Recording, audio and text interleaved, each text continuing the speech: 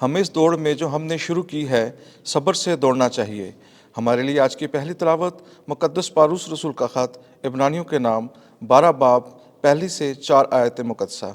اے بھائیو، جب کہ گواہوں کا اتنا بڑا بادل ہم کو گھیرے ہوئے ہے تو ہم ہر ایک بوجھ اور اس گناہ کو جو ہمیں آسانی سے الجھا لیتا ہے اتار کر صبر سے اس دوڑ میں دوڑیں جو ہمارے سامنے ہے، اور یسوع کو تکتے رہیں جو ایمان کا بانی اور مکمل کرنے والا ہے، جس نے اس خوشی کے لیے جو اس کے سامنے تھی رسوائی کو ناچیز جان کر صلیب کو برداشت کیا اور خداوند کے تخت کے دہنی طرف جا بیٹھا ہے۔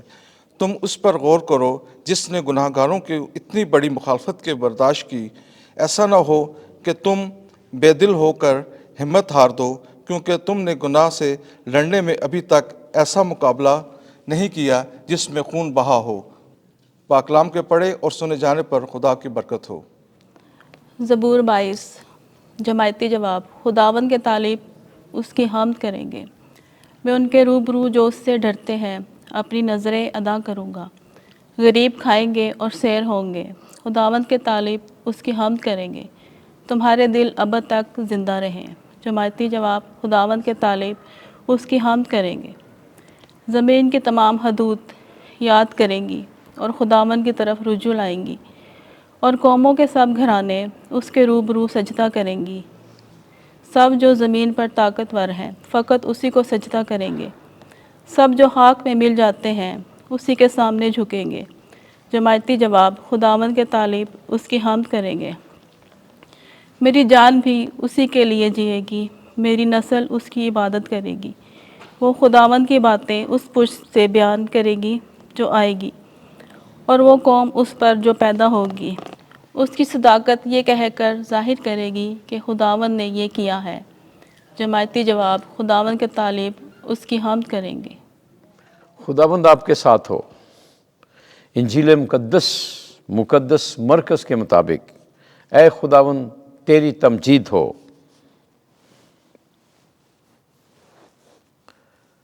پانچواں باب 21ویں سے 43ویں آیت۔ اے لڑکی، میں تجھ سے کہتا ہوں اٹھ۔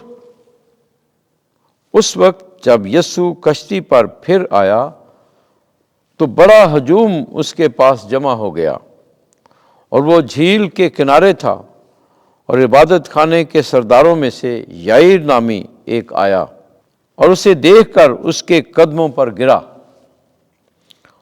اور یوں کہتے ہوئے اس کی بہت منت کرنے لگا کہ میری چھوٹی بیٹی مرنے کے قریب ہے، تو آ اور اس پر اپنا ہاتھ رکھ تاکہ وہ اچھی ہو جائے اور زندہ رہے۔ تب وہ اس کے ساتھ چلا، اور بڑا ہجوم اس کے پیچھے ہو لیا، اور لوگ اس پر گرے پڑتے تھے۔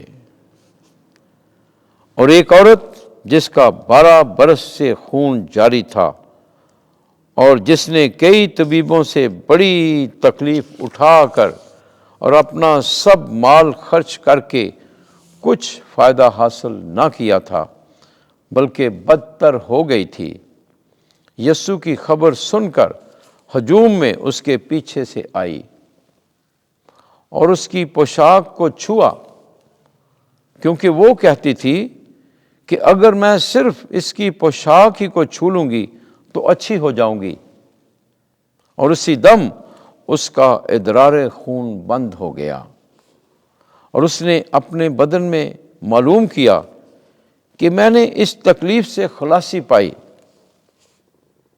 تب یسوع نے فوراً از خود جان کر کہ مجھ سے قوت نکلی، ہجوم کی طرف پھر کر کہا، میرے کپڑوں کو کس نے چھوا؟ اس کے شاگردوں نے اس سے کہا، تو دیکھتا ہے کہ ہجوم تجھ پر گرا پڑتا ہے، اور تو کہتا ہے کہ مجھے کس نے چھوا؟ تب اس نے نظر دوڑائی تاکہ اس کو دیکھے جس نے یہ کام کیا تھا۔ تب عورت یہ جان کر کہ مجھ میں کیا اثر ہوا ڈرتی اور کانپتی ہوئی آئی اور اس کے آگے گر پڑی اور ساری حقیقت اس سے بیان کی۔ تب اس نے اس سے کہا، بیٹی تیرے ایمان نے تجھے خلاصی دی، سلامت چلی جا اور اپنی تکلیف سے بچی رہ۔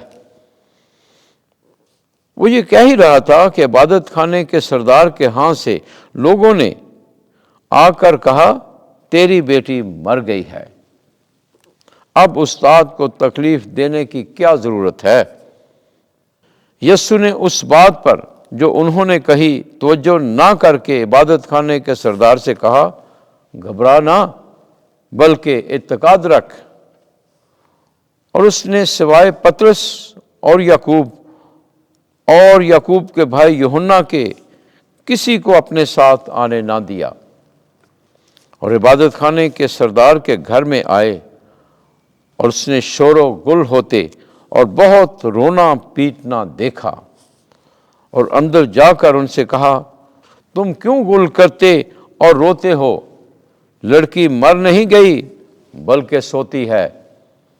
وہ اس پر ہنسنے لگے، لیکن وہ سب کو باہر نکال کر لڑکی کے ماں باپ کو اور اپنے ساتھیوں کو لے کر جہاں لڑکی پڑی تھی اندر گیا، اور لڑکی کا ہاتھ پکڑ کر اسے کہا تلیتا کومی، جس کا ترجمہ ہے اے لڑکی میں تجھ سے کہتا ہوں اٹھ۔ لڑکی فوراً اٹھی اور چلنے پھرنے لگی، کیونکہ وہ 12 برس کی تھی۔ تب لوگ نہایت ہی حیران ہوئے۔ پھر اس نے انہیں بڑی تاکید سے حکم دیا کہ یہ کوئی نہ جانے، اور فرمایا کہ اسے کچھ کھانے کو دیا جائے۔ انجیل مقدس کے وسیلے سے ہمارے گناہ معاف کیے جائیں۔ اے مسیح تیری ستائش ہو۔